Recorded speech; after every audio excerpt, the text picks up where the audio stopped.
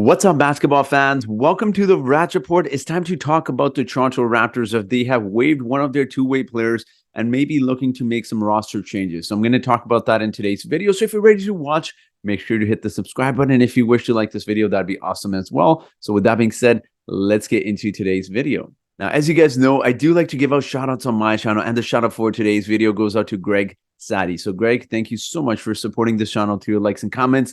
It is very much appreciated. Now, let's talk about what Mark J. Spears was reporting that the Raptors say they have waived two-way guard forward Ron Harper Jr. Harper will undergo season-ending surgery next week after sustaining a left shoulder injury with the Raptors 9-5 in a game December 7th at Long Island. Now, this wasn't surprising considering that Ron Harper came into the season. It just seemed like his game hasn't really improved, but it actually seemed a little bit more regressed. You know, you saw it in the summer league, you saw it in preseason. And just given, I think, the potential that he had in terms of scoring, which is something the Raptors desperately need. And also, when you take a look at the Raptors, not only draft history, but also guys, these, unsigned drafted guys. You look at Fred VanVleet. I think as Raptors fans always get a little bit too excited anytime that happens. We did that with Justin Champagnie as well. But this was a player not like one that the Raptors usually target. Whether they're drafting, whether they're trading, they're usually not going for guys that are score first guard that aren't great defensive players. So this gave us a little bit of hopes as fans, that maybe the Raptors are going for more scoring players rather than defense first players. And it wasn't really their normal strategy. And there was a lot of optimism. Ron Harper Jr. was a great scorer. He had the potential to be, and he still does, don't get me wrong. He could still have a career in the NBA, but he seemed like he could score from anywhere, in the post. He's got a mid-range. He can shoot from the three-point line, but it just seemed like it wasn't really going well for him this season in particular. His game didn't really excel at any particular aspect. Also, just considering I felt like he just wasn't in game shape ready. His games had seemed, his just overall performance had seemed to really regress. Now, in terms of his statistics, we're going to take a look at G League because he hasn't really done much at the NBA level. He hasn't had the playing time either, but in terms of G League, as you take a look at his stats here, the season in 6 games, limited sample, I know, but 13.8 points. Field goal percentage was 45.5%. Three-point line shooting 19%. Free throws were great at 91%, but everything else, 4 rebounds, 3 assists, 1, or not even a steal a game, actually. When you compare that to the previous season he had with the Raptors 905, he averaged almost 17 points last season, shot 47%, shot 28% from the three-point line.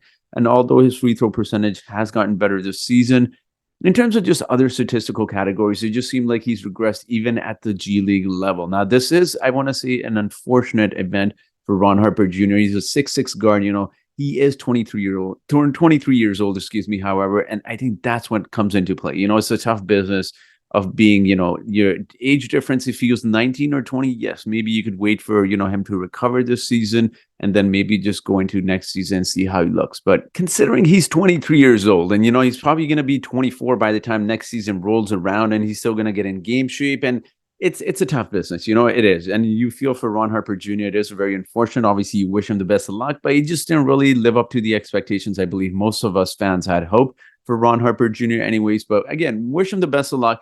I hope he does carve out an NBA career. It is one of those things, but the Raptors did pay him out his full contract, which is nice to see. But in terms of the Raptors roster, now this is very interesting because I know some people are instantly going to say, let's sign a shooter. Let's sign this.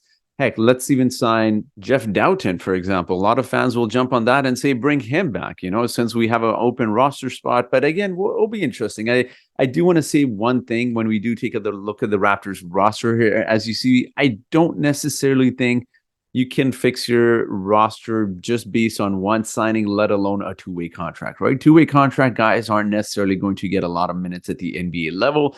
I mean, they're mostly guys that you're focusing on development as well. So again, it's a little bit unfortunate for Ron Harper Jr., but the Raptors do have one spot open at the two-way contract, and we'll see what happens. I don't think Jeff Doughton is going to come in and fix things for the Raptors. He's probably not even going to get minutes. So I don't think that's the solution. I don't think signing a three-point shooter, is necessarily going to come in and solve the Raptors' spacing issues as well. Obviously, the roster needs a little bit of reconstruction. So I don't think it's as simple as just going out and signing, specific needs of what the Raptors have at the moment. But again, I wouldn't say surprising, but interesting in just in terms of timing as well. But it makes sense given his injury, and we wish Ron Harper the best as Raptors fans as well.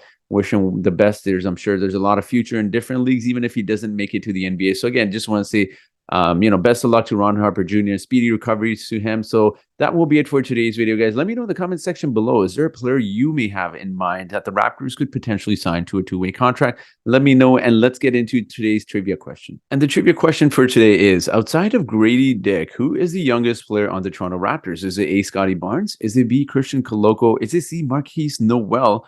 Or is it D, Garrett Temple? So this, I mean, at least you got one elimination. It's reminds you of, when you got multiple choices and you eliminate one. At least, you got one choice, that is not the answer there. So I'll leave that for you guys to guess. But whoever answers this trivia question correctly first in the comment section gets a shout out in my next video. So that will be it for today's video, guys. Thank you so much for watching, and I hope you guys have yourselves a great day.